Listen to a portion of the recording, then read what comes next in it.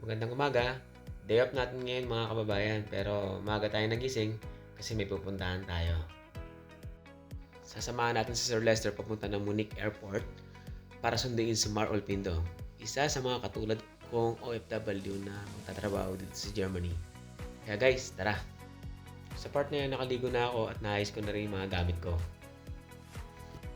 So yun, nag-jacket na rin ako kasi malamig ang panahon ngayon sa labas. Kaya tara guys, samahan nyo na kami ni Sir Lester.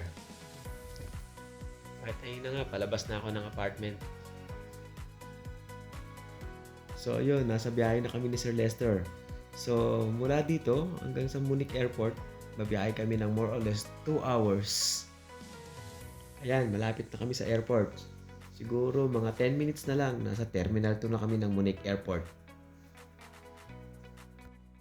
So sa part na yan, ayan, naghahanap na kami ni Sir Lester ng kung saan kami pwede mag-park ng kanyang kotse.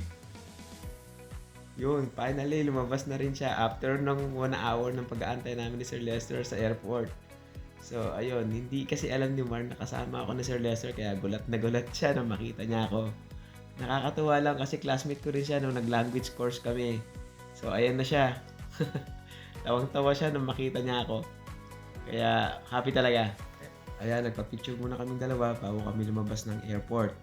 After nyan, dumaan muna kami sa isang restaurant para kumain. So ayun, nakapagkwentuhan na rin kami.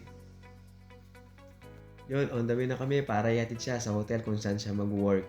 So maraming salamat mga kabayat sa pagsama sa amin. Salamat, God bless.